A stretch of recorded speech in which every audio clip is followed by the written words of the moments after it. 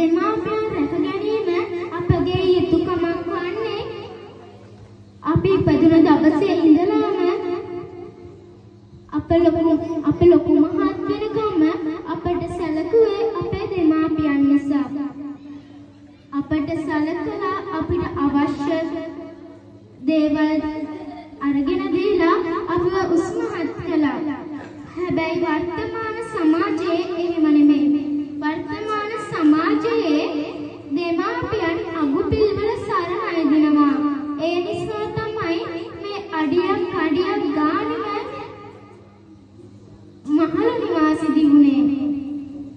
ඉතින් දෙමාපියන් අපි රැකගත්ත වගේම අපේ දෙමාපියන් රැක ගැනීමට දෙමාපියන්ට ආහාර සපයා දීම, ඔවුන්ට සැප උපස්ථාන කර දීම,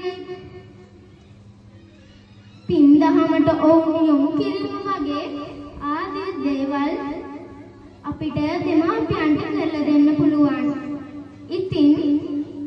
ඉතින් සර් මම අහලා තියෙනවා මම ලස්සන මේ වගේ කවියක්. කීවත්ගේ බොහෝමයක් ආදරයෙන් අම්මට සමාජයක් කියනවගේ ගැයුණ මදිලු පියාට අහස උසට ආදරයක් තිබුණට තම හිතට ඒ සෙනෙහස පෙන්නුවේ නෑ අම්ම වගේ දරුවට.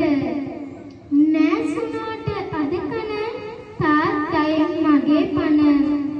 ඒ තාත්තගේ හිතට අහස උසට ආදරයක් තිබුණට අම්ම වගේ ඒක අපිට පෙන්නුවේ නැහැ.